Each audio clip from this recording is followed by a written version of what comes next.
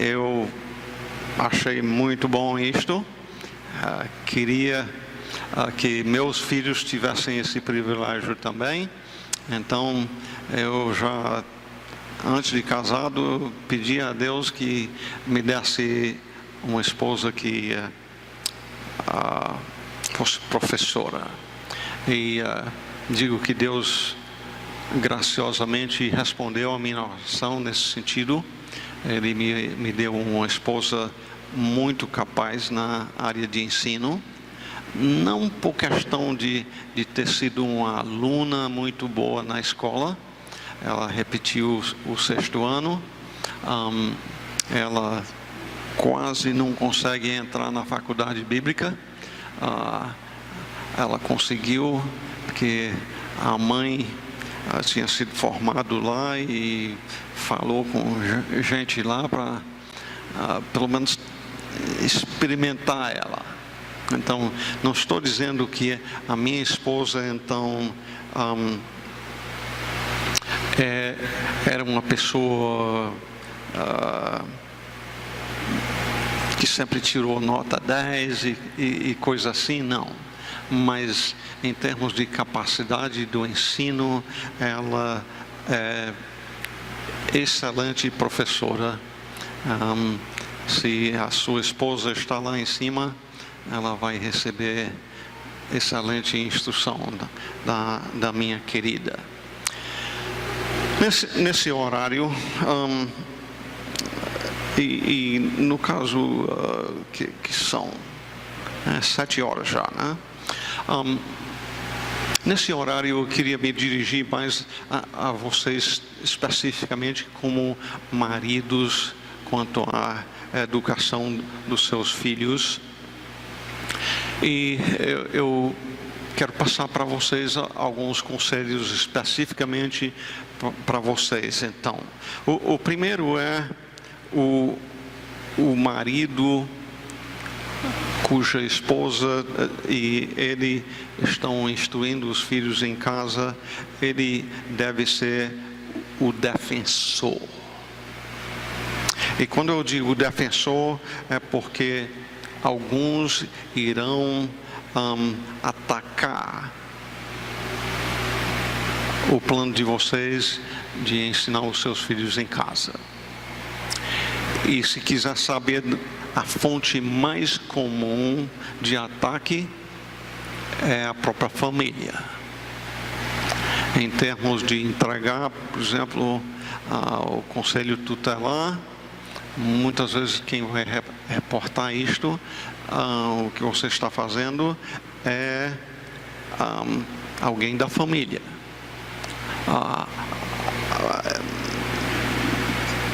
Pode muito bem ter boa intenção, não entende esse negócio de educação domiciliar, nunca ouviu falar disto, ninguém faz isso, e estamos dizendo que a intenção é boa. Muitas vezes, geralmente, é preocupação pela educação do neto, digamos. Mas o defensor precisa ser você como homem.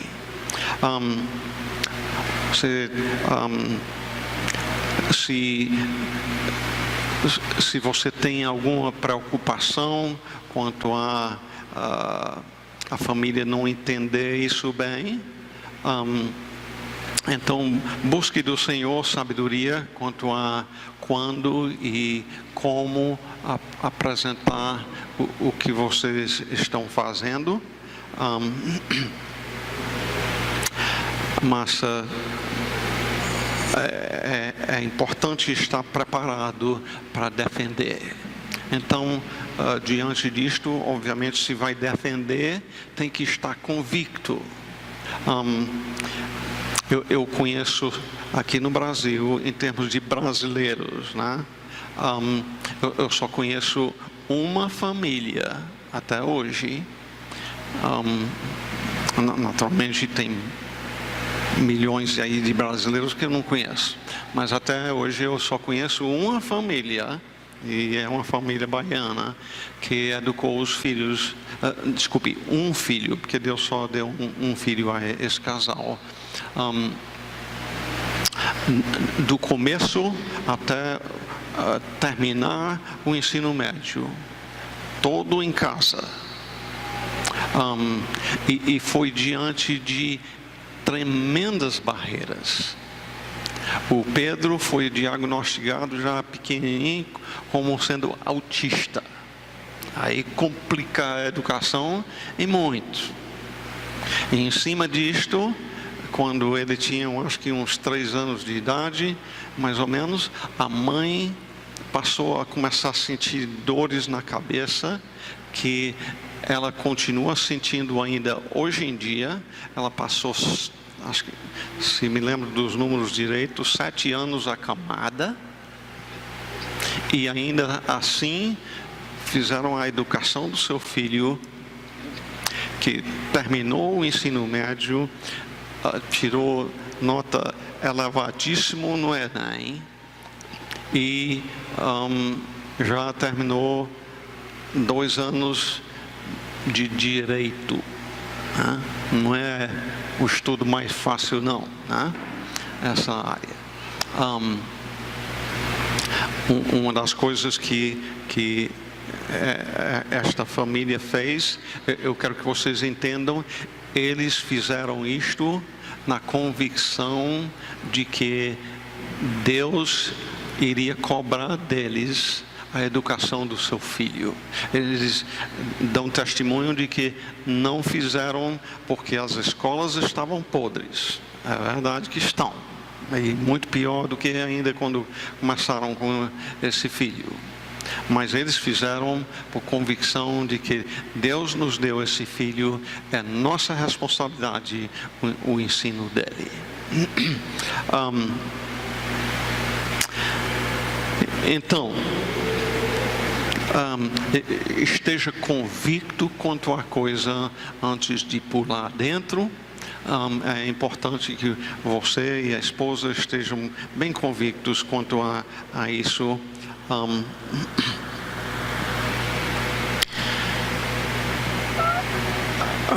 Deixa eu ver aqui se tinha mais quanto a isso. Muitas vezes os que se opõem acham que você é negligente, é desqualificado.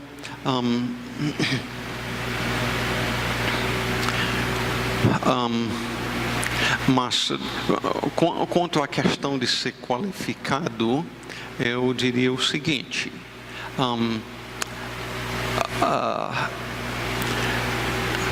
primeiramente é dizer, Deus me deu este filho, Ele manda ensinar, então é minha responsabilidade a educação do meu filho.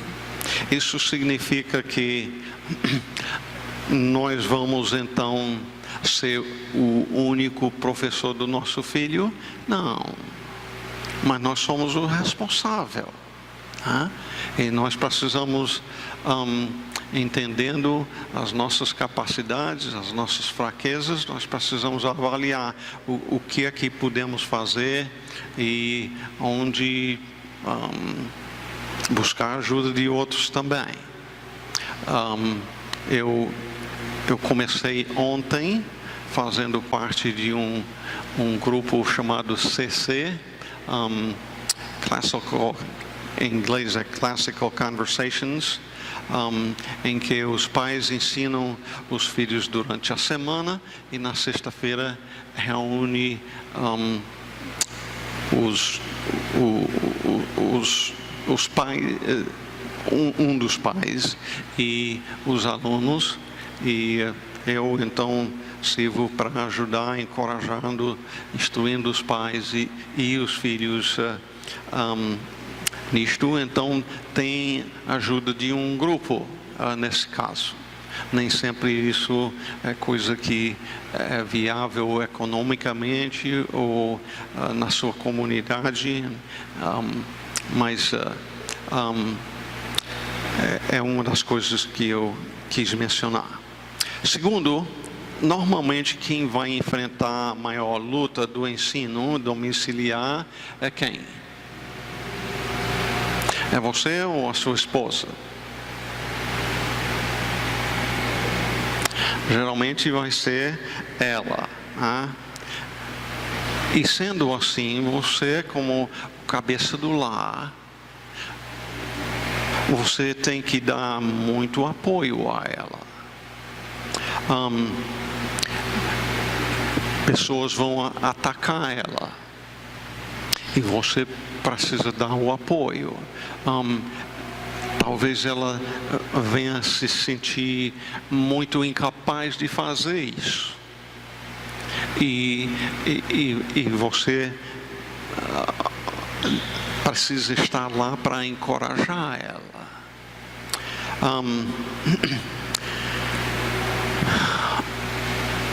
Ocupa um bocado do tempo dela. Talvez tem coisas que ela costuma fazer para te servir que ela não vai poder fazer mais, ensinando os filhos.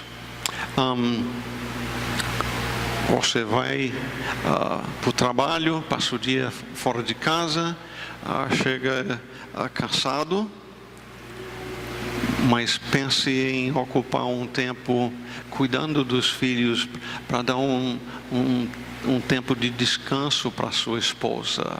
Ou no final de semana, deixa ela livre algum tempo e saia com os filhos, porque esta tarefa de instruir os filhos em casa não é pequena coisa, não. Por um lado, eu quero dizer que uma mãe ensinando um filho, o filho vai aprender muito mais fácil e mais rápido do que estando no meio de um grupo de 25, 30 alunos sendo ensinado por uma pessoa. Eu menciono isto para dizer então que a sua esposa, então, com um filho, 2 filhos, 3 filhos, de qualquer maneira, não precisa pensar em ter que ocupar o tempo todo que uma escola geralmente ocupa. Geralmente pode pensar em pouco menos tempo, por causa da vantagem de ser 1 a 1.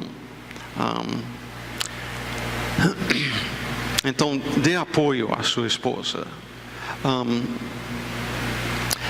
A educação domiciliar adiciona um peso extra, especialmente para elas. Então, ela precisa do seu apoio. Terceiro, a união do casal na educação dos filhos é muitíssimo importante. Filhos são pecadores e espertos para dividir e colocar os pais um contra o outro. Então, importa muito a união dos dois, para a glória do Senhor. Importa muito esta questão.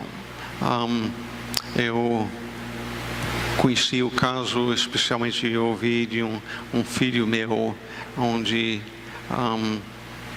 um garoto falou de que, aliás, até o meu filho observou isto, onde esse filho ia para o pai, pedia alguma coisa, e o pai, quando dizia não, aí a mãe imediatamente dizia: não, deixa o bichinho.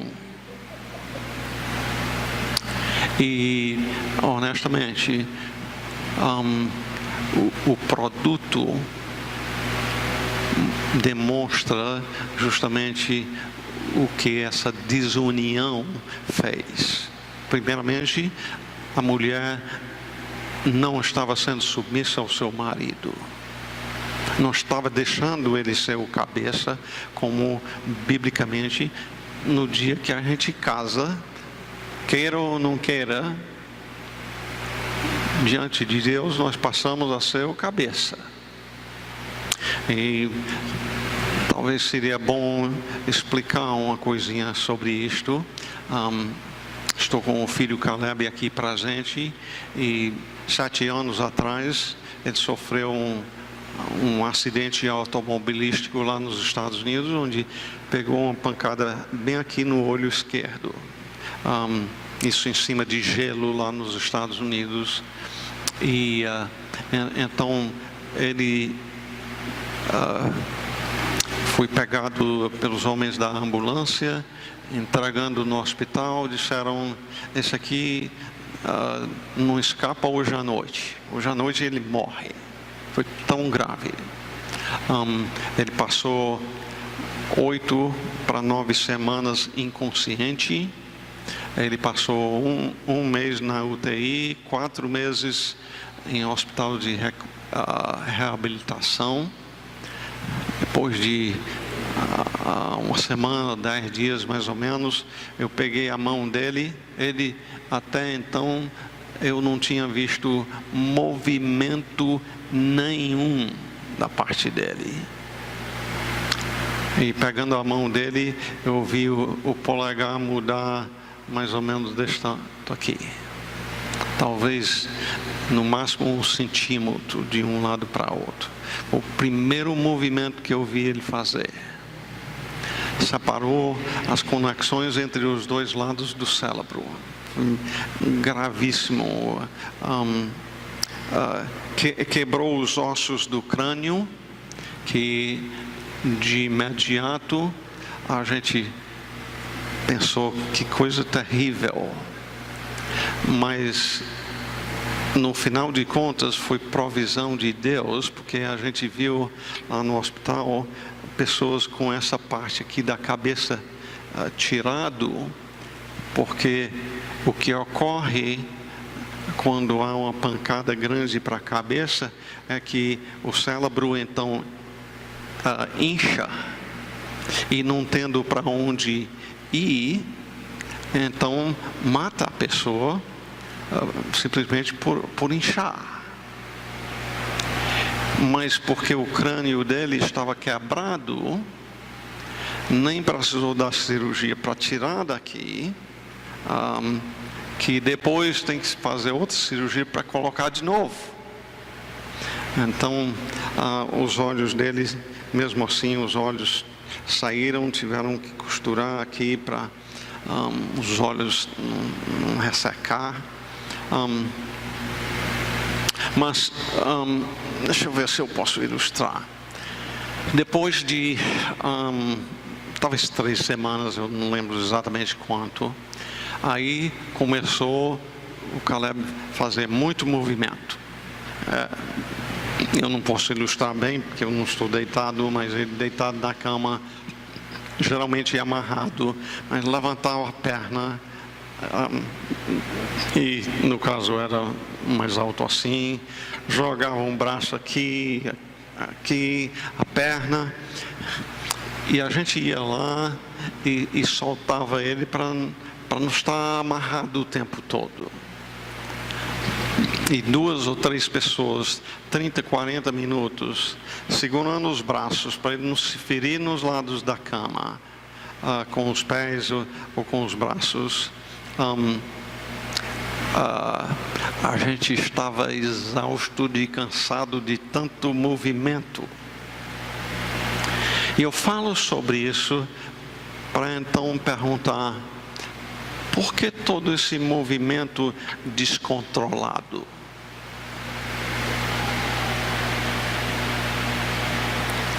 Por quê? A cabeça não estava funcionando em termos de dominar direito o corpo. A passagem de informação estava chafurdada. E isso serviu para me ajudar a compreender mais o que significa para nós homens ser o cabeça do lar. O cabeça, primeiramente, precisa receber informação, inclusive da nossa esposa. Deus deu boca a ela, não é? Deus deu ouvidos para nós. Nós precisamos receber a informação, mas nós precisamos também transmitir mensagens quanto a e tomar decisão quanto ao que deve ser feito. E ser o cabeça envolve isso. Aliás, eu tinha planejado pegar uns livros e trazer para cá. Eu tenho lá o livro O Homem Bíblico. É um livro que eu pedi à editora Nuta traduzir, e eles traduziram. É um excelente livro quanto a o que é um homem bíblico. Esse é um livro que, quando eu encomendo, eu costumo pedir um cento, né? Porque eu vendo muito. Muito obrigado, irmão. Né? O Homem Bíblico. Pois bem, o pastor já tem. Então, ser o cabeça na educação do filho é muito, muito importante. Precisamos ouvir, né? Um dedo, por exemplo, toca numa panela quente. E então, mais rápido do que a gente pode imaginar, o que acontece? Os nervos mandam para a cabeça a informação: aqui está quente, vai me queimar se eu ficar aqui. A cabeça então manda mensagem para os músculos: tira o dedo daí, para não se queimar. E você sabe muito bem que eu levei muito, muito mais tempo para descrever o processo do que o tempo que leva para ocorrer. Mas eu menciono isso para dizer que quando Deus diz que o marido é o cabeça do lar, envolve isto: receber informação, tomar decisões bíblicas e sábias para aplicar na vida da nossa família. Então, número 3, então, depois de mencionar que você precisa ser o defensor, ela precisa do seu apoio. Número 3, a união dos dois na educação dos filhos é muito importante. Já mencionei esse caso onde a mulher destruiu a liderança do marido, dizendo na frente do filho, contrariando a decisão do marido. E o marido, infelizmente, não tomou posição e dizer: não, Deus me constituiu como cabeça, eu disse não para o filho e ele não vai fazer. Então, houve uma inversão de papéis aí. Quarto, seria bom o marido ensinar pelo menos uma matéria.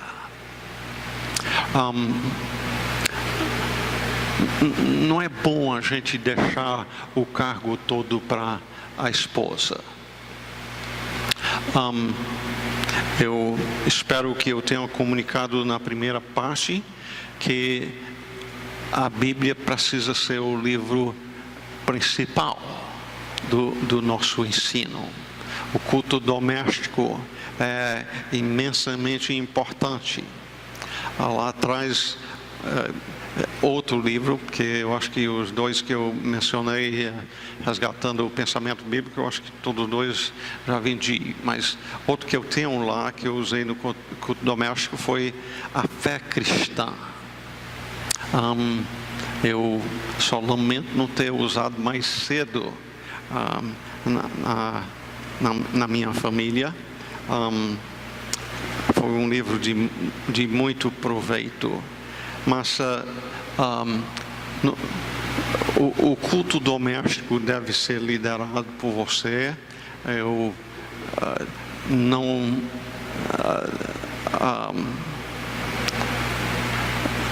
não sei da sua situação, talvez não seja possível você fazer todo dia, porque por causa do horário que sai de casa e chega, o dia é muito comprido.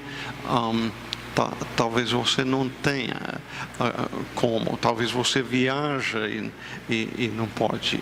Se bem que mesmo viajando, eu conheci um homem que ligava de onde estava todo dia para ler a Bíblia e orar com a esposa, mesmo pelo telefone, mesmo que não estava presente.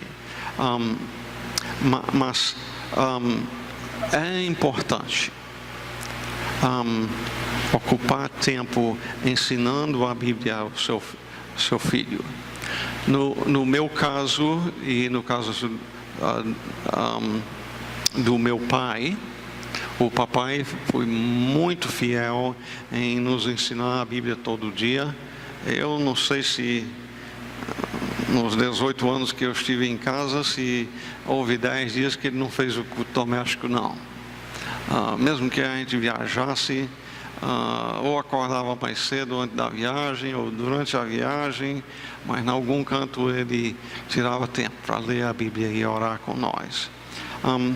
Mas além disto, ele foi meu professor de matemática.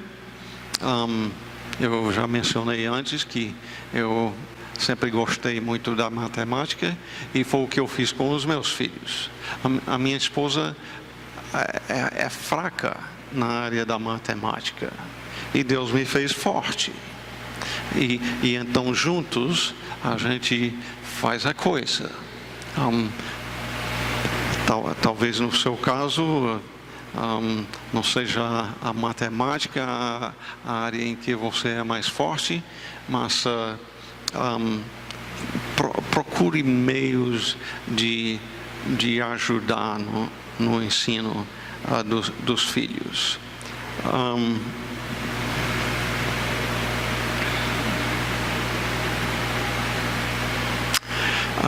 Se lembra do versículo que eu mencionei antes, Provérbios 1:8. Filho meu, ouve o ensino de teu pai e não deixes a instrução da tua mãe. Deus, no seu plano, todos nós tivemos um pai e uma mãe. Eu digo tivemos no sentido de que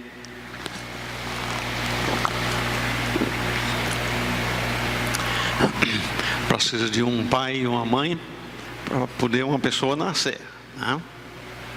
Talvez o pai foi irresponsável e abandonou a família, mas no plano de Deus, o normal é ter os dois, e os dois são responsáveis pelo ensino. É importante usar bons recursos quanto à educação domiciliar em termos de uma cosmovisão bíblica. O material que temos aqui no Brasil é pouco, é muito pouco. Você pode falar com o Gerlan sobre isso. Mas por outro lado, já que, como eu mencionei, Deus está despertando pessoas como vocês para a necessidade disto, então a necessidade cria mercado também, né? Cria visão de pessoas. Pois bem, não tem isso aqui, eu vou fazer, né? Então, lá nos Estados Unidos a gente tinha muito mais recurso quanto a isso do que tem aqui, que foi aí a última parte da década de 70, década de 80, que eu não digo muita gente, mas teve um bom grupo de pessoas lá nos Estados Unidos que passaram a educar os filhos em casa.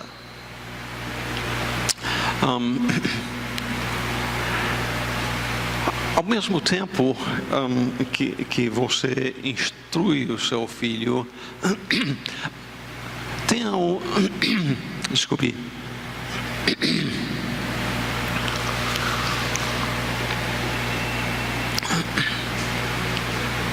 Tenha um espírito de humildade. E quando eu falo disto, eu estou falando de dizer: meus filhos, o papai não sabe de tudo, não. O papai tem muito a aprender ainda. E por isso, eu quero ocupar uma parte do tempo lendo para você bons livros, de pessoas que sabem mais do que eu. Se você quer ser um sábio, ande com pessoas que sabem mais do que você, para aprender delas. Então,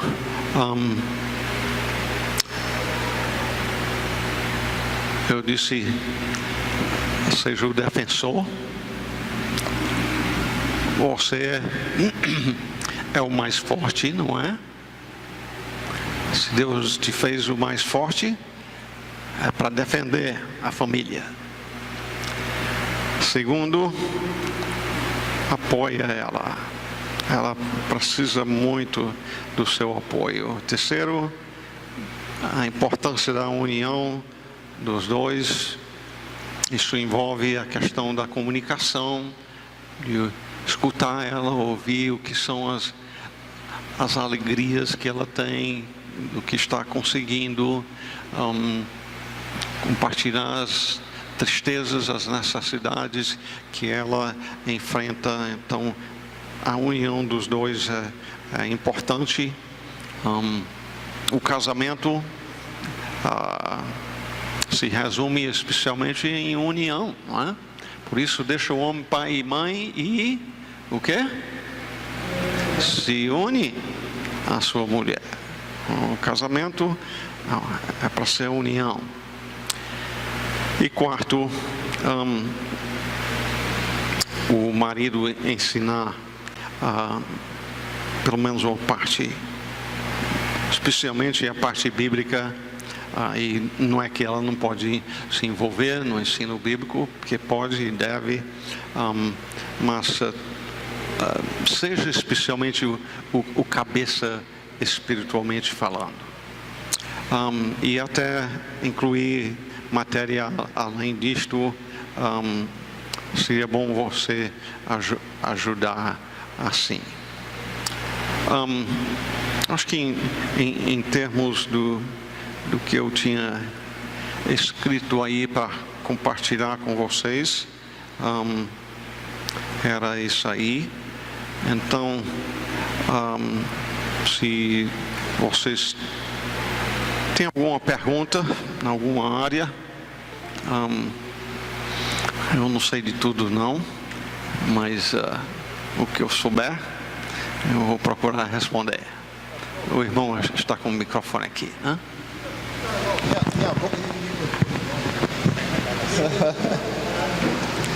Deus já me deu a boca de microfone já. Pastor, eu acho que acaba sendo talvez, se não mais uma dúvida, né? Mas ainda entre aspas, conflito na cabeça da maioria de nós pais, né? Eu gostaria que o senhor falasse um pouco mais sobre essa questão do porquê o ensino domiciliar, né? É isso uma alternativa? É uma opção que nós temos porque a escola está muito ruim? Ou porque a mensalidade está muito cara? ou porque a escola pública está falida, ou é isso um mandamento bíblico? Muito bem. Boa pergunta aí. E eu quero dizer primeiramente que a responsabilidade pelo ensino cai sobre nós, tá? Deus nos deu os filhos, Ele uniu você com a sua esposa, com capacidades diferentes, e é importante entender que compete a você a educação do seu filho. Quanto às escolas públicas, nem precisamos falar muito quanto a podridão e os pobres resultados que temos quanto a lá, mas como aquela família que eu falei, que ensinaram o seu filho desde o começo até o final do ensino médio, nós precisamos compreender que a responsabilidade pelo ensino do filho é nosso. Ao mesmo tempo que eu digo isto, deixa eu dizer que a primeira parte é a mais importante. Deixa eu repetir isso, porque é importante. A primeira parte não é pensar que porque o filho é muito pequeno, não entende de nada, é perder tempo. Não. A primeira parte é muito importante. E deixa eu citar de novo o exemplo da Mercê, a nossa caçula. A Abigail tem 9 meses. É a primeira filha da nossa caçula. E ela já lia a Bíblia em voz alta para a filha, sem saber que era filha ou se era filho, mas ela já lia desde quando soube que estava grávida. Antes do filho nascer, procurando ter influência sobre o filho. Você diz, mas é perder tempo. Eu não vou dizer que só por causa disto é desse jeito, mas a Abigail é muito atenciosa à mãe.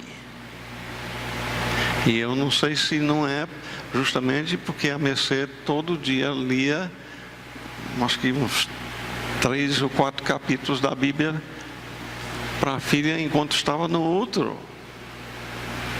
Eu estou dizendo isso para dizer que precisamos pensar a começar cedo.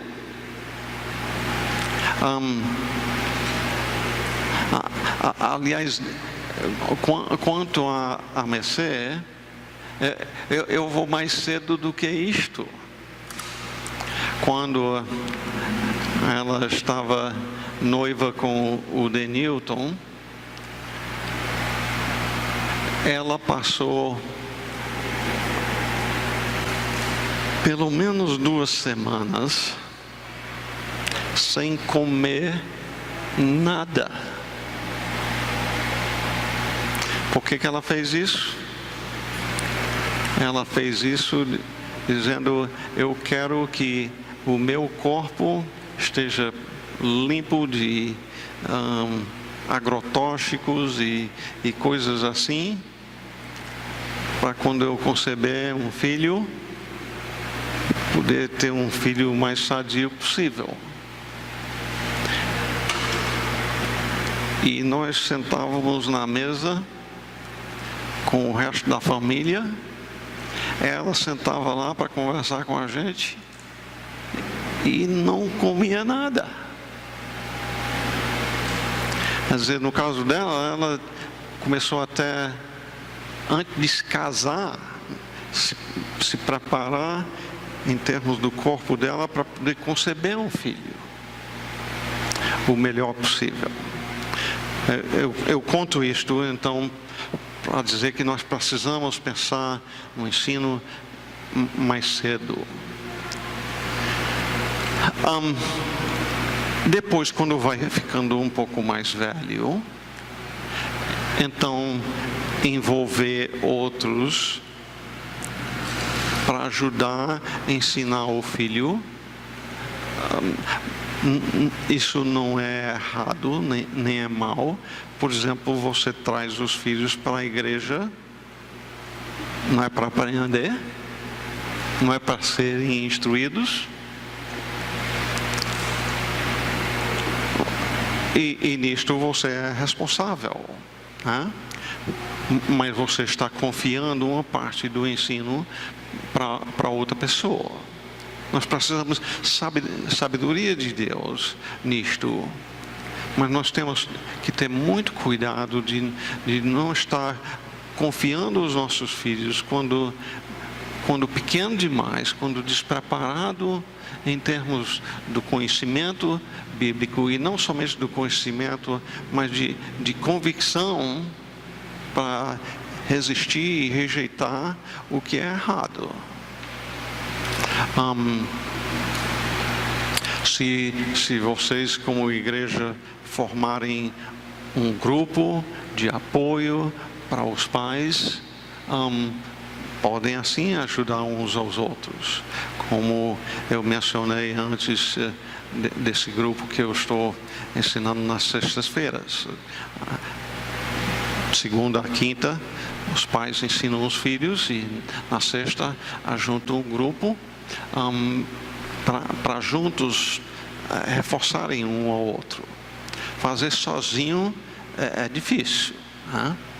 Mas com o apoio de outros irmãos em Cristo, um aprende uma coisa e compartilha com o outro, servindo uns aos outros, como a Bíblia diz, e a gente consegue fazer. Isso ajuda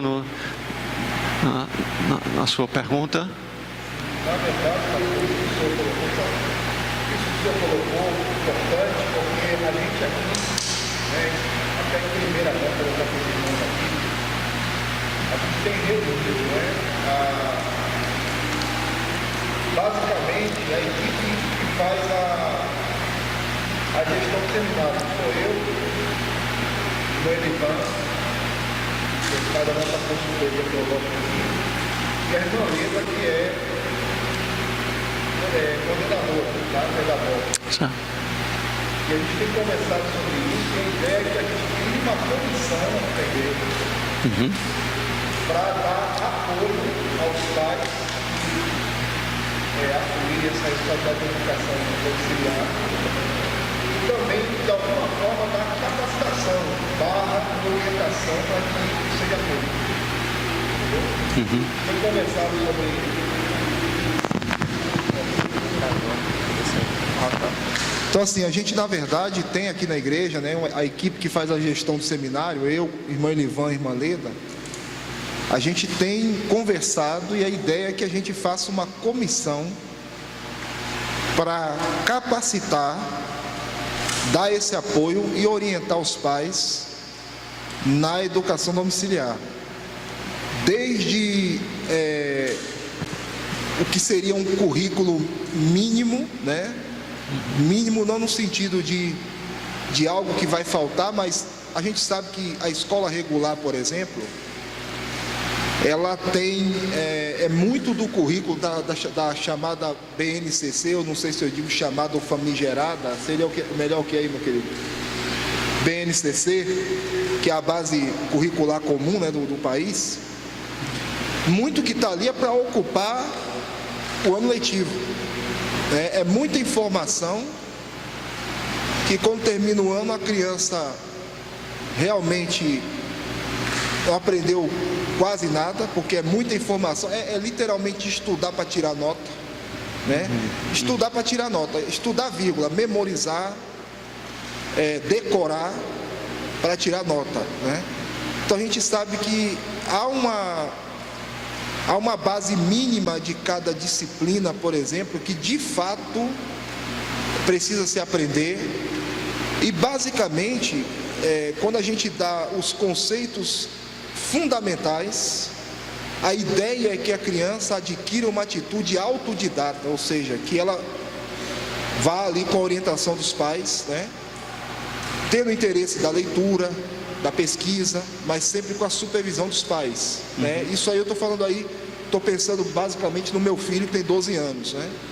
Então já não é mais essa questão de você alfabetizar, que seria com a criança bem pequena, mas sim, se aplica também alguma medida para a criança pequena, que basicamente é ensinar a ler bem, escrever, pensar com lógica, que seria matemática, né? Mas pensando numa criança de 12 anos, 13, por exemplo, tem aquelas matérias e o mínimo de cada matéria daquela. Aí a gente está discutindo sobre isso, inclusive Elivan, ele está mais inteirado disso do que eu, principalmente ele é professor de história, de geografia, e lê da área de linguagem, português, gramática, redação, né? Escrita, produção de texto, por exemplo. Então o mínimo disso daí para a gente poder orientar os pais, não apenas a questão metodológica, mas até livros, que livros a gente vai utilizar, que vai dar esse norte. E, por exemplo, a partir desse conceito da linguagem, trabalhar com a Bíblia como livro-texto. Muito bem. Né? A Bíblia como livro-texto. E a partir da Bíblia, identificar matemática, identificar ciências da natureza, identificar história, identificar geografia, né? E o livro que a gente fosse usar, os livros que nós fôssemos usar, seriam realmente, eles sim, seriam literatura auxiliar. E a Bíblia sendo essa literatura padrão, né? A gente tem conversado sobre isso e a gente tem essa ideia de criar uma comissão aqui na igreja para a gente poder auxiliar os pais nesse sentido. Graças a Deus. Antes de outra pergunta, deixa eu dizer que um versículo que você fará bem ter em mente sempre é Tiago 1:5. Se algum de vós necessita de sabedoria, o que faça? Vá procurar no Google, Não, mas é o que muitos fazem, né? Não, a Bíblia diz: se algum de vós necessita de sabedoria, peça a Deus, que a todos dá liberalmente, nada lhes impropera. Quer dizer, não vai reclamar dizendo: você já me incomodou ontem, já está pedindo de novo hoje. Não, ele não faz isso. E ser-lhe-á concedida. A minha avó paterna, ela citou esse versículo para mim como neto dela muitas vezes antes de partir para estar com Cristo. Mais alguém tem uma pergunta, uma observação a fazer?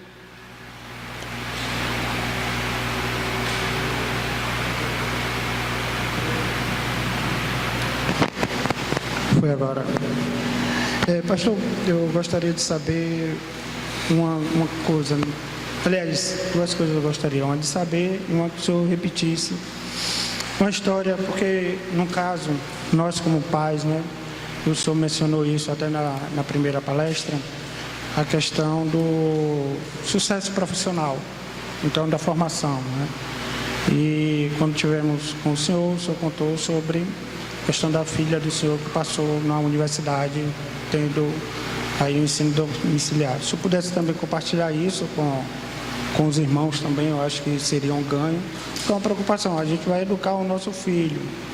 E aí, quando chega na hora do mercado de trabalho, na hora do emprego, então, eu acho que ajudaria. E uma outra questão é como o senhor vê, assim, o ensino da área de humanas aqui, da área de história. Geralmente, são 3 ciclos, 3 ou 4 ciclos, na realidade, né? Estudamos História do Brasil no Fundamental 1, aqui no Brasil, né? Aí no Fundamental 2 repetimos História do Brasil. Quando é ensino médio, no primeiro ano repete-se novamente História do Brasil. No terceiro ano se repete a História do Brasil novamente. No caso do ensino doméstico, né, o ensino domiciliar, há esse ciclo de repetição ou é aquilo de uma vez, é uma questão de história linear, assim e pronto? Talvez só não tenha a história do Brasil, mas a história Estados Unidos, pela mesma forma, né? No 7º ano, estuda-se a independência norte-americana. Quando chega no primeiro ano, novamente, no terceiro, repete também a independência dos Estados Unidos. Eu acho que é um exemplo mais próximo aí. Então, o senhor, até o Caleb, né, que passou isso na prática, vivenciou também isso, pudesse falar sobre isso, eu agradeço.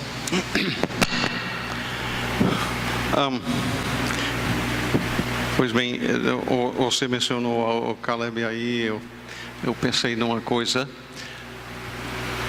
Uma das coisas que você precisa compreender é que filhos são diferentes um do outro, e são diferentes um do outro nas capacidades que Deus os dá. Caleb é gêmeo. Caleb com Isaías. Nasceram com diferença de 19 minutos. Mas em termos de inteligência e memória, Caleb tinha muito mais do que o Isaías.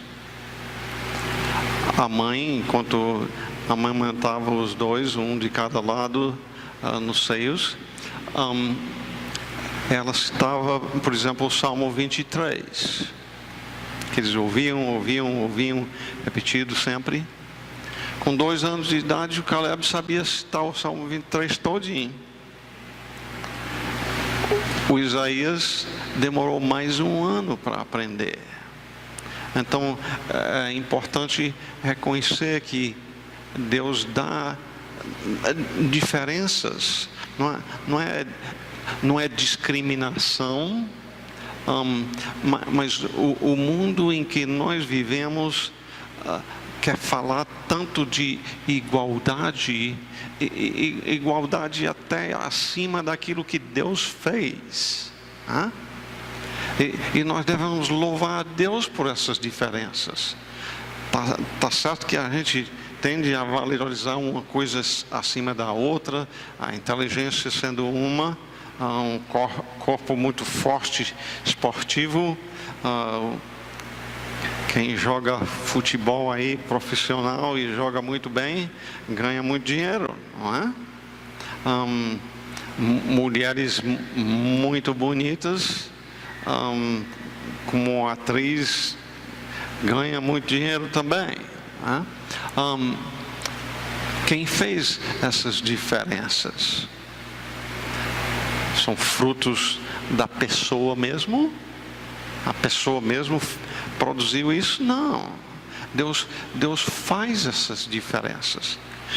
Deus faz essas diferenças e especialmente vocês que são homens casados, imagine como seria se toda mulher tinha a mesma aparência. Aí como é que você ia saber a diferença entre a sua e a minha se as duas eram iguais? Está entendendo? Devemos louvar a Deus pelas diferenças que Ele mesmo fez e aprender a valorizar. Ele fez diferença na altura, na cor da pele, do jeito dos olhos e o jeito do cabelo, a cor do cabelo. E Deus fez diferença nessas coisas. Obviamente, são coisas que Ele valorizou e devemos nós valorizar também. Enquanto você estava conversando aí, eu pensei também noutra coisa, tem a questão de filhos e filhas. E toda a educação do filho e da filha, todo é o mesmo? Não. Obviamente, em termos, por exemplo, de leitura, todos os dois devem aprender a ler. Né? Todos os dois devem aprender uma certa medida de matemática e muitas outras coisas.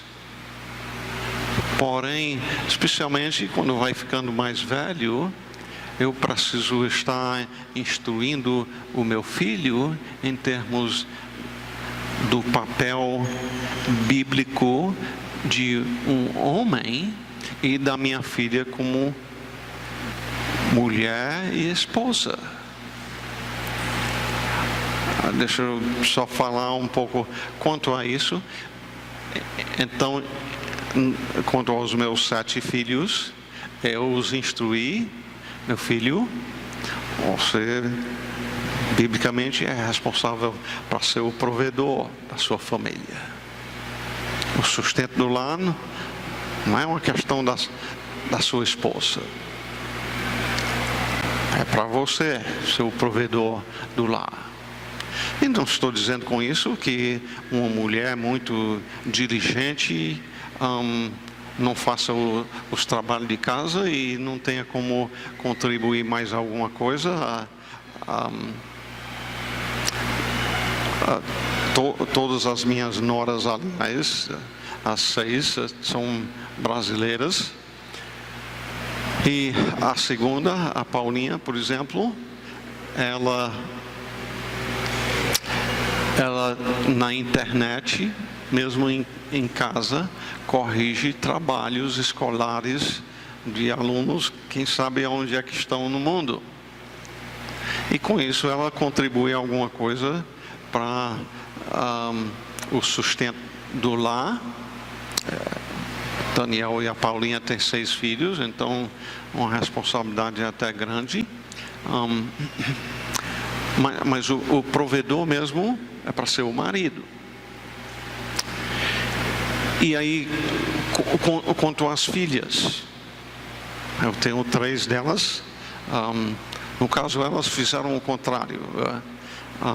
A mais velha casou com um americano, a segunda, eu já disse que casou com um egípcio, e a Mercê, a caçula, casou-se com um brasileiro. Então, cada uma pegou de uma nação diferente. Mas, por exemplo, a nossa filha Ana Fé, a mais velha, quando ela saiu de casa, tendo terminado o ensino médio, ela foi morar por 2 anos com os meus pais.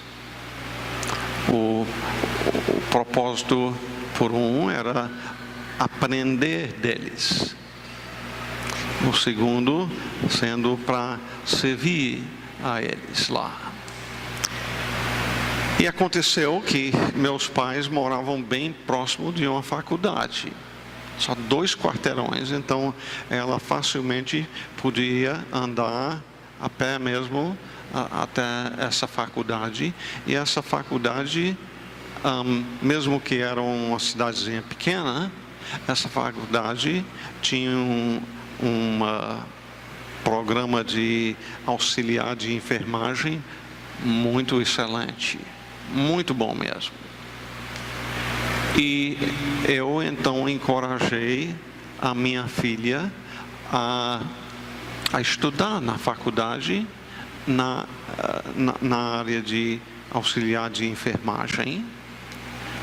E a minha ideia foi esta, não foi, pois bem, você vai seguir essa carreira e trabalhar para ganhar o pão assim. Foi, essa é uma área que você, então, casando, sendo esposa e mãe, ela tem 4 filhos, seria uma área que iria servir muito bem a família.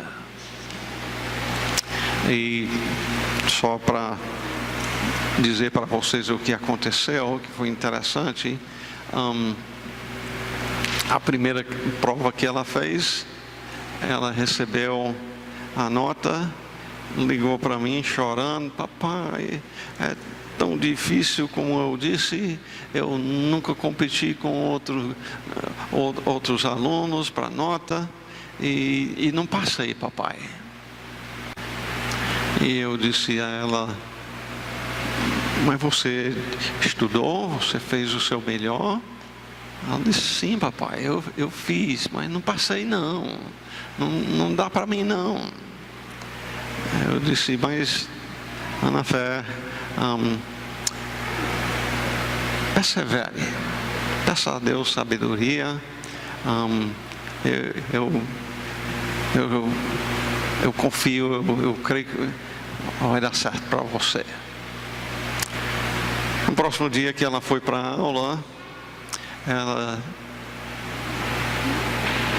conversando lá com a professora e os alunos, descobriu que entre os 25, 30 alunos que tinha na turma, ela tinha tirado o primeiro lugar.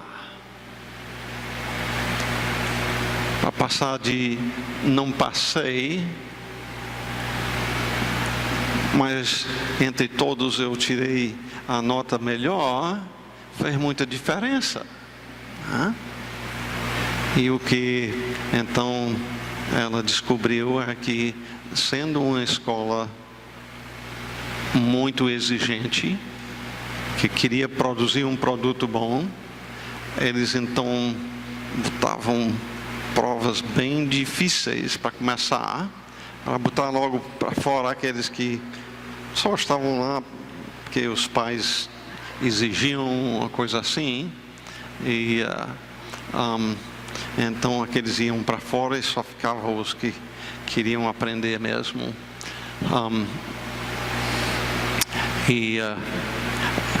Essa área tem servido muito a família dela. Por exemplo, na área da alimentação, da nutrição, tem servido muito a ela.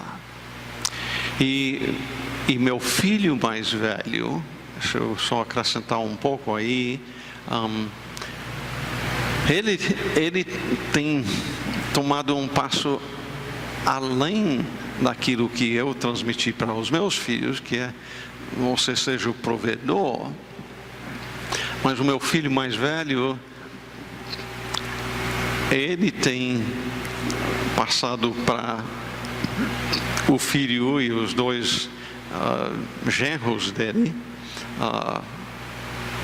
O segundo genro, eu fiz o casamento no mês passado lá, mas ele tem passado para eles: você é para ser o provedor, mas além de ser o provedor, você é para ser o provedor de dentro de casa.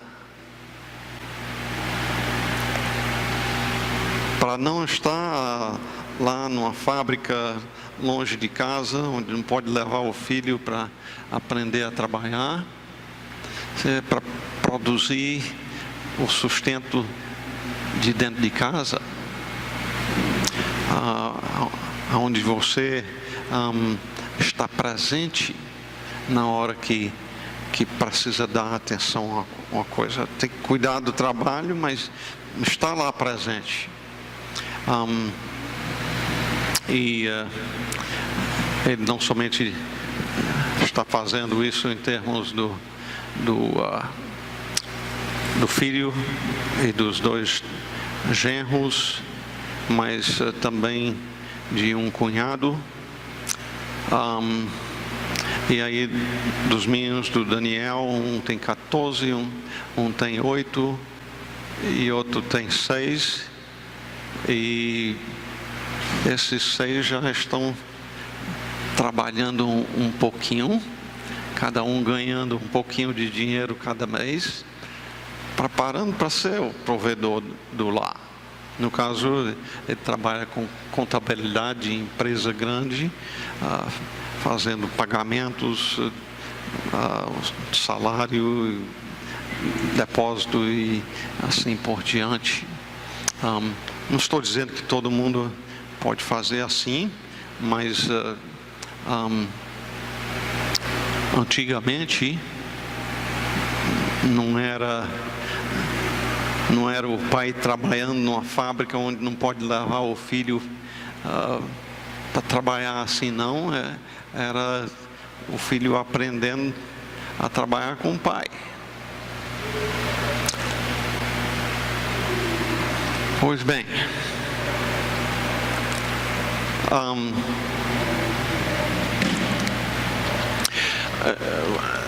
agora estou lembrando aqui que você mencionou um pouco quanto à história. Primeiramente, quanto à história, a Bíblia é um livro que contém muita história. E a história, junto com as leis do Senhor, os preceitos dele, ajudam-nos a saber avaliar se aquilo foi certo ou não, né? Jacó casou com 2 irmãs e ainda teve filho por meio de duas servas. A gente tem que avaliar isso pelo que a Bíblia ensina. Deus salva e usa para executar o plano dele pecadores, mesmo que ferem as ordens do Senhor. Mas história é imensamente importante em termos de servir de exemplo. 1 Coríntios 10 diz que estas coisas foram escritas para exemplos nossos. E da mesma forma, quando se estuda, digamos, a história do Brasil, usar a Bíblia para avaliar o que foi feito, se aquilo foi como Deus queria ou se não foi. É bom que a gente estude mais do que só a história do país da gente. A gente deve estudar a história do país para saber, avaliar o que foi bom, o que não foi bom.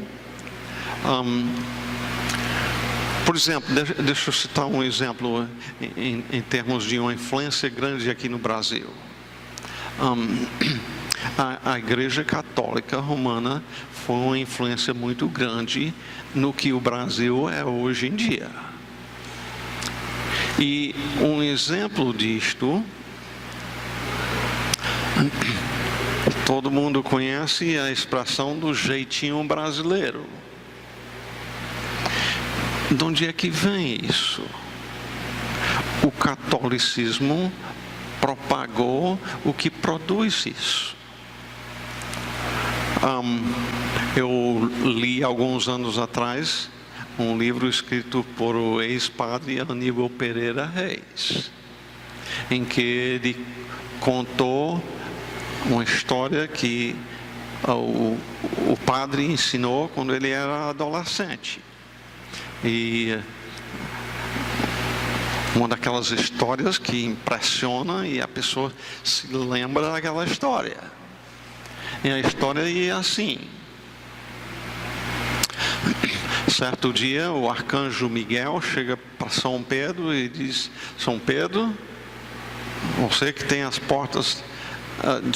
chaves da porta aqui do céu, você não está fazendo o seu trabalho direito.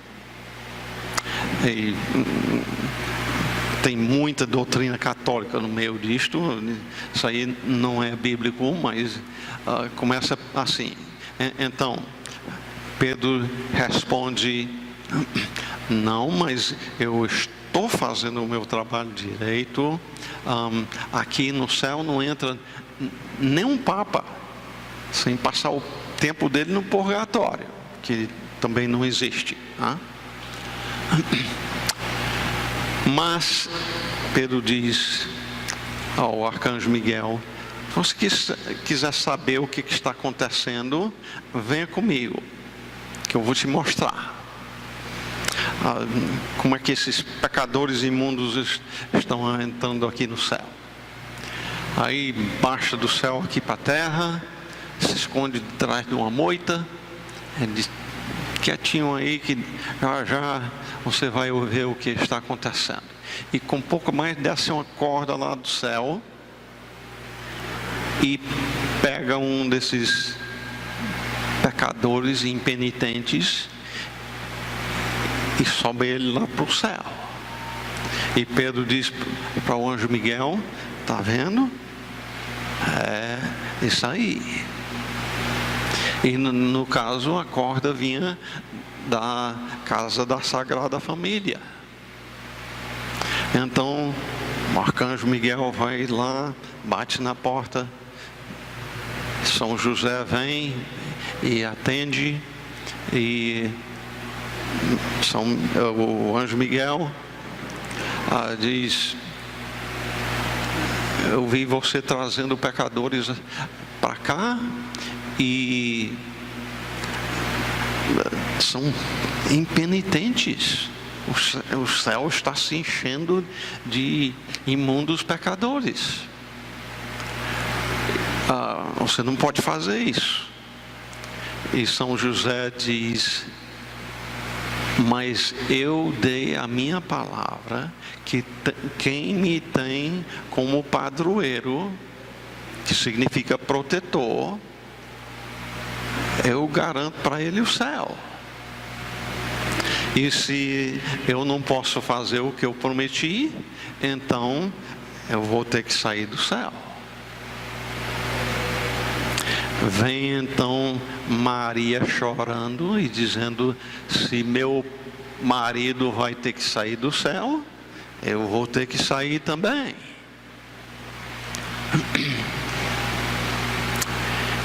E aí o céu não vai ter mais a rainha. E aí vem a blasfêmia mesmo. O menino Jesus chorando e dizendo: se o papai e a mamãe vão ter que sair do céu, o quê? Eu vou ter que ir também. E aí não vai ter mais Deus no céu. Você entende o tamanho da blasfêmia disto? E o que está sendo ensinado por meio disto? Não importa a sua vida,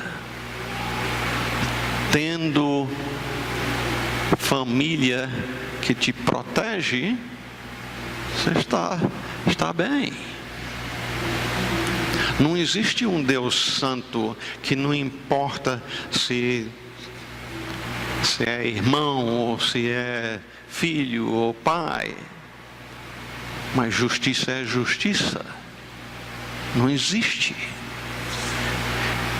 E Brasil foi estabelecido em cima de ensino desse jeito. O jeitinho brasileiro é fruto da visão de quem é Deus. Coitadinho chorando. Então, nós precisamos avaliar a história em termos de dizer: isso aqui foi virtuoso e foi bom, mas isso aqui foi mal e produziu o que nós temos hoje em dia. Mas nós temos muita história aqui dentro, não somente de Israel, nós temos história em relação aos babilônios, os assírios e muitos outros países também. É importante entender e ensinar aos nossos filhos que Deus não é só o Deus de Israel. Israel teve um lugar especial em termos de Deus nos deu essa bênção aqui por meio daquele país. Deus mandou o seu filho que nasceu naquele país, mas ele é o Senhor em todas as nações. Ele derruba um Nabucodonosor para viver como um animal por 7 anos quando quer fazer isso. Ele é o mesmo Deus hoje também.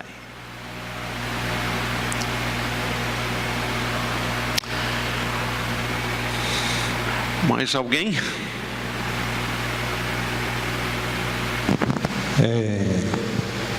No que o governo ampara a gente ou interfere nessa educação domiciliar? Se o que interfere? O governo. O governo. Pois não. Quanto a responder isto aí, primeiramente deixa eu confessar que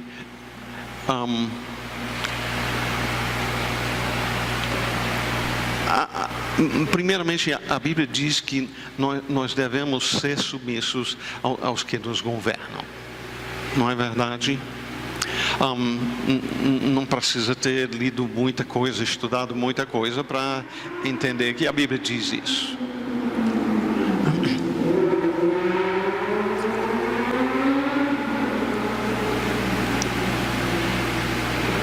Mas, tendo dito isto, nós precisamos continuar crescendo no entendimento bíblico e entender que o governo não é autoridade absoluta. Não é que tudo que o governo diz você tem que fazer, que eu devo obedecer. Sadraque, Mesaque e Abednego foram ordenados a se prostrar diante de uma imagem.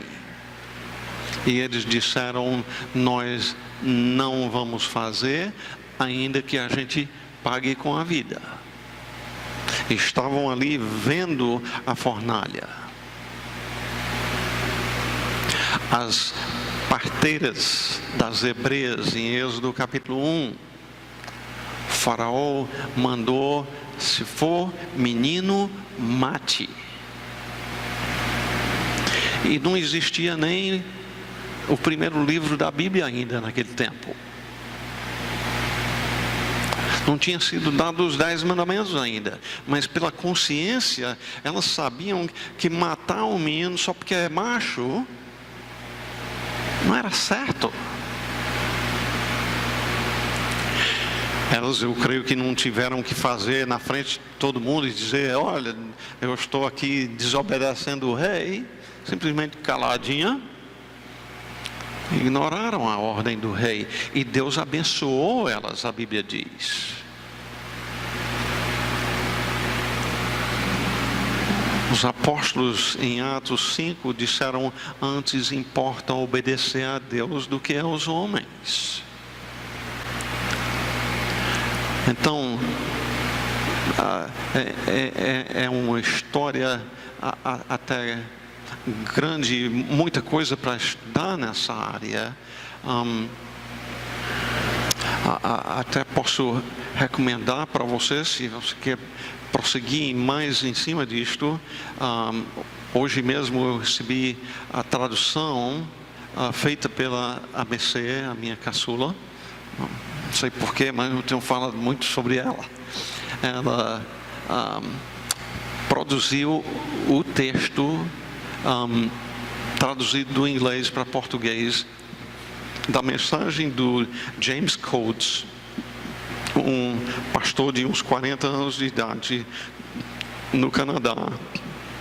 Tem esposa e 2 filhos e está preso por não obedecer às ordens do governo, que só podia reunir 15% do grupo. Se eu entendo direito, uma igreja de umas 400 pessoas.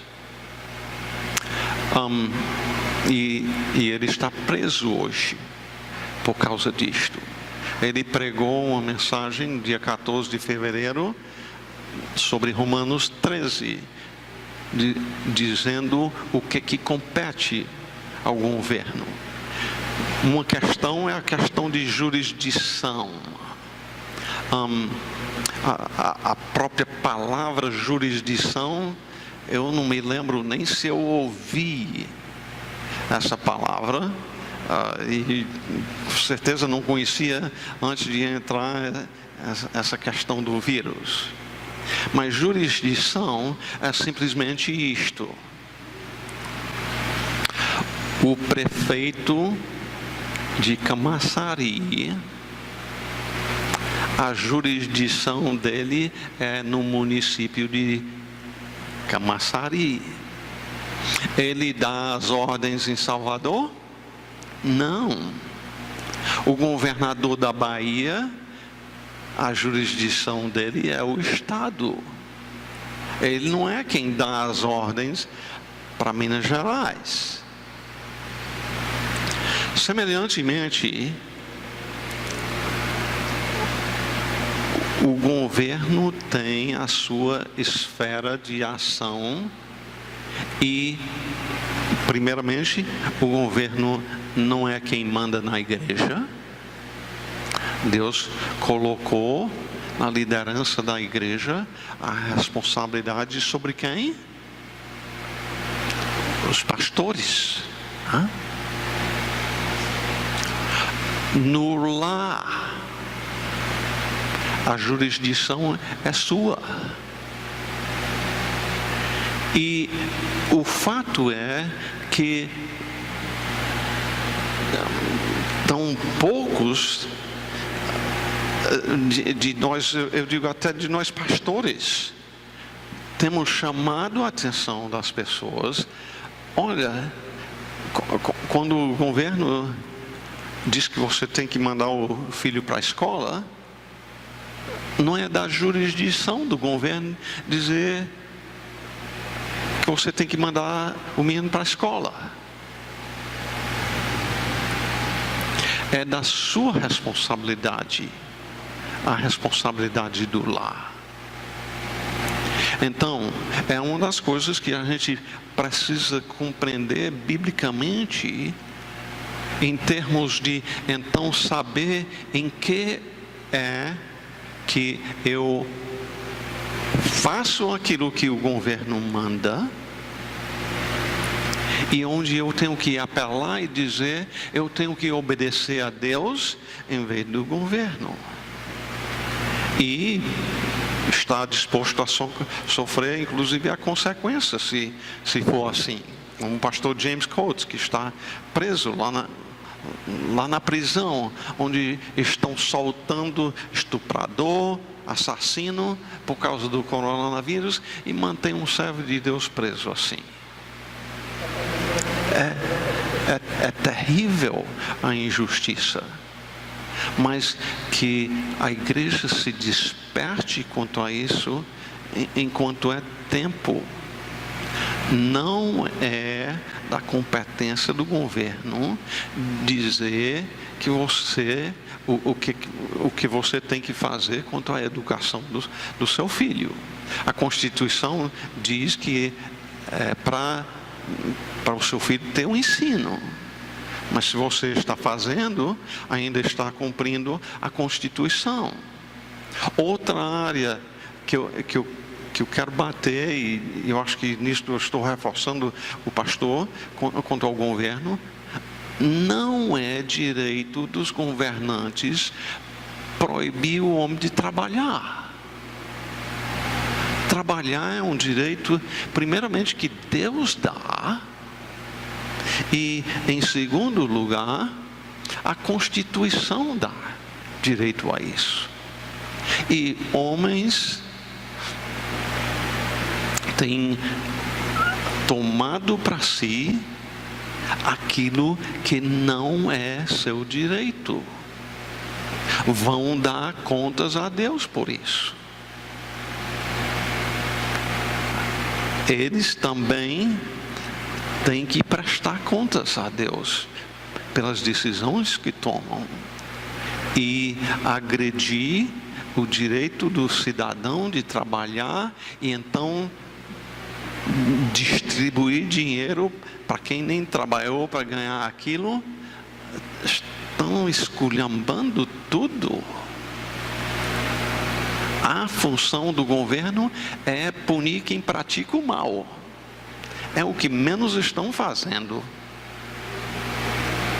Precisamos orar muito pelas autoridades, inclusive, primeiramente, até para os mais pervertidos.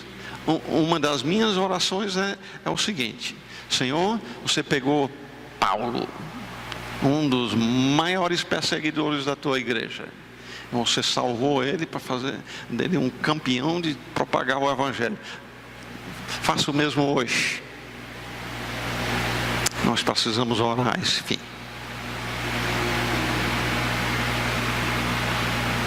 Mas foi boa pergunta. Em termos legais, eu não estou sempre muito atualizado nessa área, mas do que eu entendo, o Supremo Tribunal Federal disse que compete ao Congresso legislar quanto a isso. Nisto foi uma decisão correta, porque o Supremo Tribunal, e isso é uma coisa para ensinar os seus filhos, que geralmente não tem sido instruído, não sabe o que são os direitos constitucionais que tem. Mas a própria função do Supremo Tribunal não é legislar, mas é o que muito tem feito. Mas graças a Deus, no sentido do ensino domiciliar, eles não legislaram, eles disseram é da responsabilidade do Congresso fazer isso. É o que deveriam ter feito quanto a, por exemplo, união homossexual e muitas outras coisas. Mas nós vivemos num mundo onde muitas vezes a própria justiça é a parte mais injusta que tem. E o Congresso, que era para ser responsável pelas leis, não faz o seu papel. E não chama a atenção da justiça dizendo: a lei diz isso aqui e você está julgando o contrário.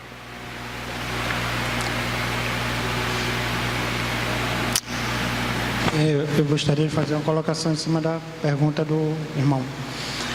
Com relação ao Estado, o fundamento bíblico, o pastor apresentou, mas tem a questão, por exemplo, a legislação, em cima do que o pastor falou, ela diz que é direito do Estado e da família propor, providenciar, a educação. Então, não é exclusivamente, não é vedado a família, Então, é os dois que tem que propor. Partindo para o lado prático, se o filho é educado em casa, se pode ser acusado de abandono intelectual do menor. Então, qual o processo? O conselho denunciado, o conselho tutelar vai lá na sua casa e diz: olha, você abandonou seu filho, vai ter que reaver isso. Você, nesse caso, você precisa provar que seu filho não foi abandonado intelectualmente. Então, para isso, se ele estiver na idade de até 6 anos, então ele vai fazer a provinha alfabetização. Então, não faz nada, não precisa de nada. Se ele tiver 6 anos, você já coloca ele, mesmo que ele nunca não saiba ler, escrever nem nada, com 6 anos, se ele fizer até o dia 31 de março do ano, ele pode ser matriculado na primeira série. A criança nunca foi à escola, com 6 anos ela pode ser matriculada na primeira série. Bem, então, pela LDB, e você vai correr aí, aos 11 anos, essa criança ela precisa estar e ter concluído o Fundamental 1. Então, se até 11 anos, se for denunciado, essa criança, ela vai fazer uma prova e ver se ela é capaz. Mas mesmo assim, ela pode passar por um período de probatório, ou seja, ela vai tomar um ensino para já entrar no Fundamental 2. E se aos 16 anos ela não ter concluído o Fundamental 2, ela pode também fazer uma prova. Não tiver estudado nada nunca na vida, mas ela fazendo a prova, aí ela vai para o ensino médio. Então, assim, e se nunca estudou, nunca foi na escola, hoje tem um recurso aí antes era pelo Enem, inclusive meu ensino médio é pelo Enem, que ele vai te dar essa outorga. Hoje é pelo ENAD. Você fez 18 anos, você faz o ENAD e pronto. Então, de uma forma prática, se hoje que vai ser a média, né, ele está concluindo o ensino médio aos 17, 18 anos, então não vai haver um prejuízo se seu filho, sua filha nunca foi à escola e fizer o Enem e passar. Porque o Enem hoje virou passaporte para as universidades. Porém, tem um impedimento com o Enem, que o Enem, ele diz que você precisa comprovar que estudou. Então, você vai precisar fazer o ENAD, que é o Exame Nacional de Desempenho Escolar. Aí você faz o ENAD e você recebendo a certificação que você tem a capacitação para aquilo, do ensino médio, né? A formação básica é chamada de formação básica. Então, você pode fazer o Enem ou fazer qualquer vestibular. Então, isso daí, legalmente, se você tirar hoje sua filha da escola, o máximo que pode acontecer é você ser denunciado e ter que provar que você não abandonou ela intelectualmente. Então, diante disso, no caso, até o Fundamental 2, até o 9º ano, é com a prefeitura. Então, isso você vai na SEDUC, mesmo que você está ensinando em casa e quer... aí tem a BNCC, nesse caso a BNCC vai ajudar, porque a Base Nacional Comum Curricular, ela vai ajudar porque no 9º ano você tem aquelas habilidades, que ela é F09, aí tem o código da disciplina e o código do assunto. Se você passou pela BNCC ali, conseguiu fazer uma prova em cima daquilo ali, você não abandonou intelectualmente sua filha. Ok? Então, e se no caso do ensino médio, quem já tem filho aí com idade do ensino médio, for fazer isso, é com a Secretaria do Estado. Aí vai lá, tem lá toda a regulamentação que precisa, a BNCC, nesse ponto, a BNCC ela vai ser positiva, porque ela já vai ter aquela base para você ensinar, né, baseado no conceito e com a palavra. Então, não impede de fazer esse desenvolvimento.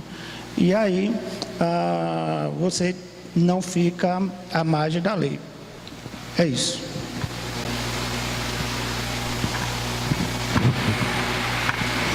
Só para contribuir um pouco mais, né? Acontece que, atualmente no Brasil, na verdade, ela não há uma regulamentação voltada para a educação domiciliar. Então, o que pode acontecer, isso que o Liro falou a respeito de, em caso de alguma denúncia, ser necessário comprovar a questão de não haver o abandono intelectual. E aí, até para isso, há recomendações de que, se você estiver aplicando a educação domiciliar, você tenha um portfólio onde você vá arquivando tudo que você está fazendo com seu filho, certo? E é algo que está se desenvolvendo ainda no Brasil, essa questão da educação domiciliar. Tanto que, por não haver uma regulamentação no país, e foi dado a liberdade para governadores e alguns municípios, então, hoje no Brasil, no Distrito Federal, já há uma regulamentação onde é permitido, e outras 2 cidades do Brasil também têm, me foge o nome dessas cidades agora. Mas 2 cidades do Brasil também já há uma regulamentação em relação a isso. Tá? Uma pergunta para o pastor. Cadê? Só antes de você dizer isso, aqui em Salvador, realmente a Câmara Municipal aprovou o ensino domiciliar, mas a pressão dos professores foi tão grande que o prefeito vetou. Mas realmente a Câmara Municipal de Salvador aprovou isso, que foi uns 2 anos atrás, eu acho. Pois bem, mas está tendo um progresso nesse sentido, graças a Deus. Pois bem, pode fazer a sua pergunta. Graças a Deus, isso tem sido até o assunto que tem sido discutido na Câmara. Só um minutinho. Mas tem um projeto de lei no Congresso Federal que, inclusive, está para tramitar e possivelmente vai para o plenário da Câmara para virar lei nacional a regulamentação do homeschooling. Então, virando lei federal, acabou. Aí não fica mais a critério de prefeito, nem de vereador, nem de governador. Se torna lei federal, ou seja, o reconhecimento do homeschooling como modalidade alternativa. No caso, para o Estado seria alternativa. Para nós é a principal, né? Mas para o Estado seria a modalidade alternativa, fica a critério dos pais. Que, na verdade, é um reconhecimento da liberdade que a própria Bíblia dá aos pais, né? Não só a liberdade, mas o mandamento, né? Devemos orar quanto a isso, por exemplo, que o Congresso não venha legislar que você só pode fazer isso se tiver formação. Né?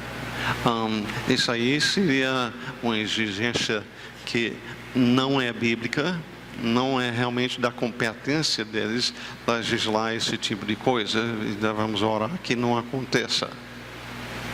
Pois bem. Bom, agora mudando um pouquinho de assunto, né, dessa questão de legislação,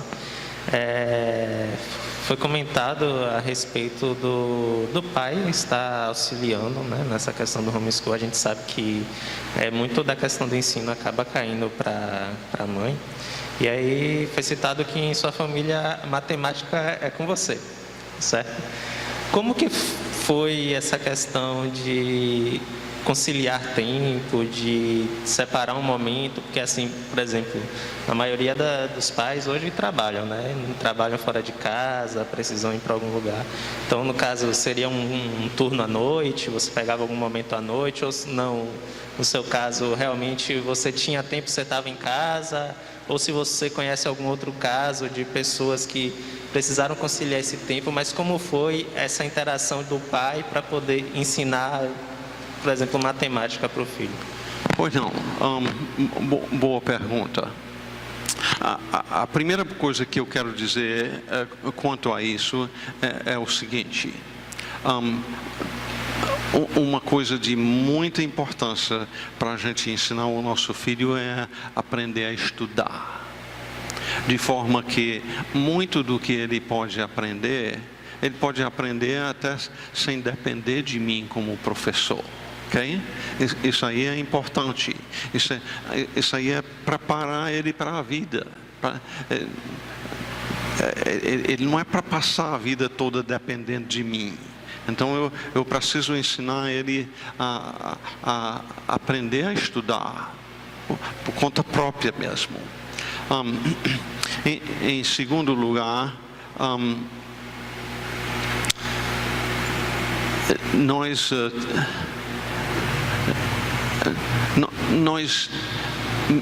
mesmo que a gente tinha alguns em níveis diferentes, uma parte a gente unia, né? Não era todo separado em termos de primeiro ano, terceiro ano e assim por diante, não. Uma parte a gente uniu e alguns vão dizer, com isso a gente atrasa o menino. Na verdade, a gente dando aquela atenção de um a um, já está passos à frente de um menino que está no meio de um grupo que uma professora tem que dar de conta de 25, 30 pessoas. Outra coisa, especificamente quanto à matemática, eu olhando para trás, em termos da matemática e a Bíblia, a matemática é uma área de absolutos. 2 mais 2 é 4, 2 mais 2 nunca é 5. E é assim no Brasil, é no Japão, é nos Estados Unidos, seja onde for. Então é uma oportunidade de ensinar sobre a questão de absolutos. Deus também é absolutamente a verdade, tudo que Ele diz. Mas tendo dito isto, matemática ajuda a gente a aprender a resolver problemas. É uma das coisas boas quanto à matemática, é ver essa situação, como é que eu vou solucionar isso aqui. E então a matemática ajuda nisto. Mas tendo dito isto, olhando para trás, eu diria que eu daria menos atenção a levar a matemática até onde eu levei com alguns dos filhos que fizeram alguma matemática comigo que não está de maneira servindo a eles, fora a questão de ter aprendido com isso a arte de como resolver problemas. Essa parte ainda foi virtuoso, mesmo na matemática mais avançada. Claro que tem áreas onde importa ter uma matemática até bastante mais avançada do que eu passei para os meus filhos, mas como pais nós temos que avaliar valores, o que é, eu tenho só certo tanto de tempo, como é que eu vou melhor investir esse tempo? E isso inclui avaliando o tanto de atenção que eu devo dar à matemática. É importante, todo mundo deve fazer alguma matemática, que tanta coisa que a gente faz envolve a matemática. A Bíblia é cheia de números, mas pensar no que vai ser o melhor preparo para o meu filho glorificar a Deus.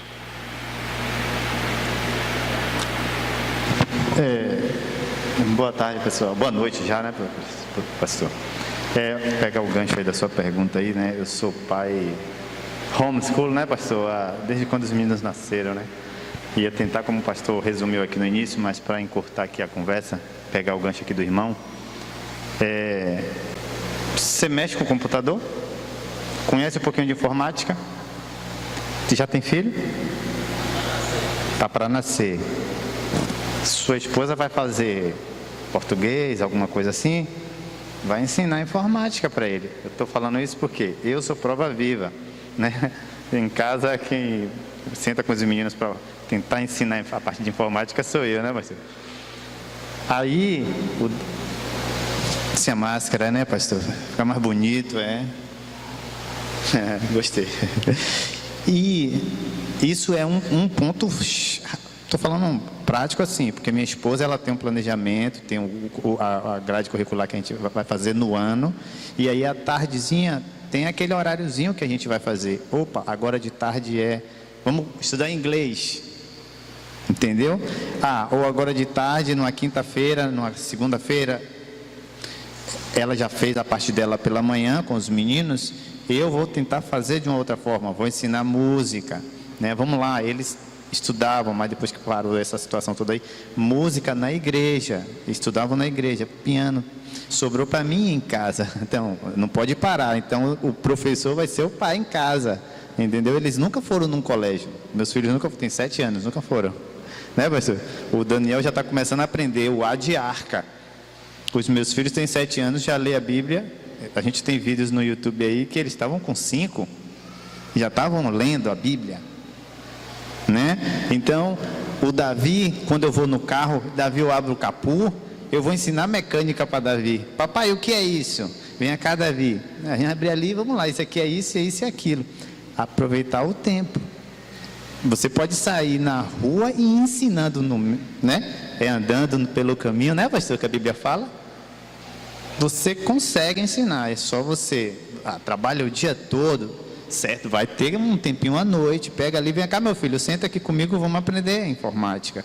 Só estou dando um exemplo. Então, se a carga maior é para a mãe, o pai tem que tentar tirar um pouquinho esse peso dela, de alguma forma. Eu sou prova viva que minha esposa fica lá, minha esposa, e agora vamos fazer o quê? Ela tem um planejamento, então eu tenho que me arcar, me adaptar ao que ela está fazendo, entendeu? Pronto, Deus abençoe.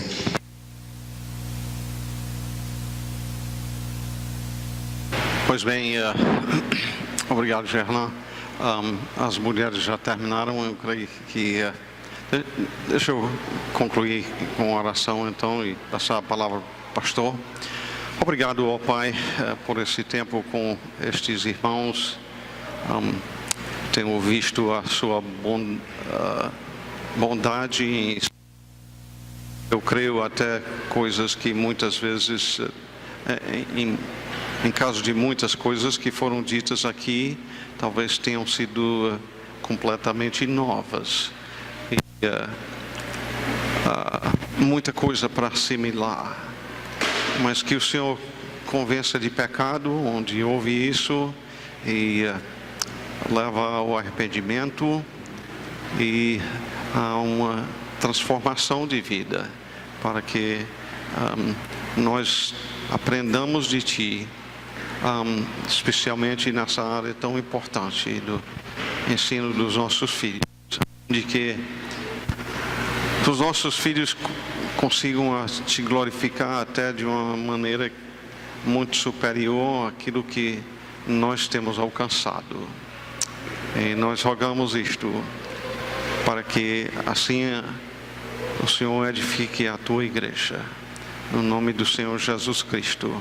Amém. Pastor. Amém. Agradecer a Deus, né, pela presença pastor Bruce, sua esposa Eliana, seu filho Caleb, o irmão também que veio fazer aí a filmagem. Que Deus continue abençoando. Para nós foi um prazer, pastor, receber vocês aqui, e queremos agradecer como igreja, né, por essa oportunidade, esse privilégio. Então que Deus continue abençoando e dizer que as portas estão abertas, tá? Para que em outros momentos também a gente possa estar sendo edificado através da vida de vocês. Deus abençoe.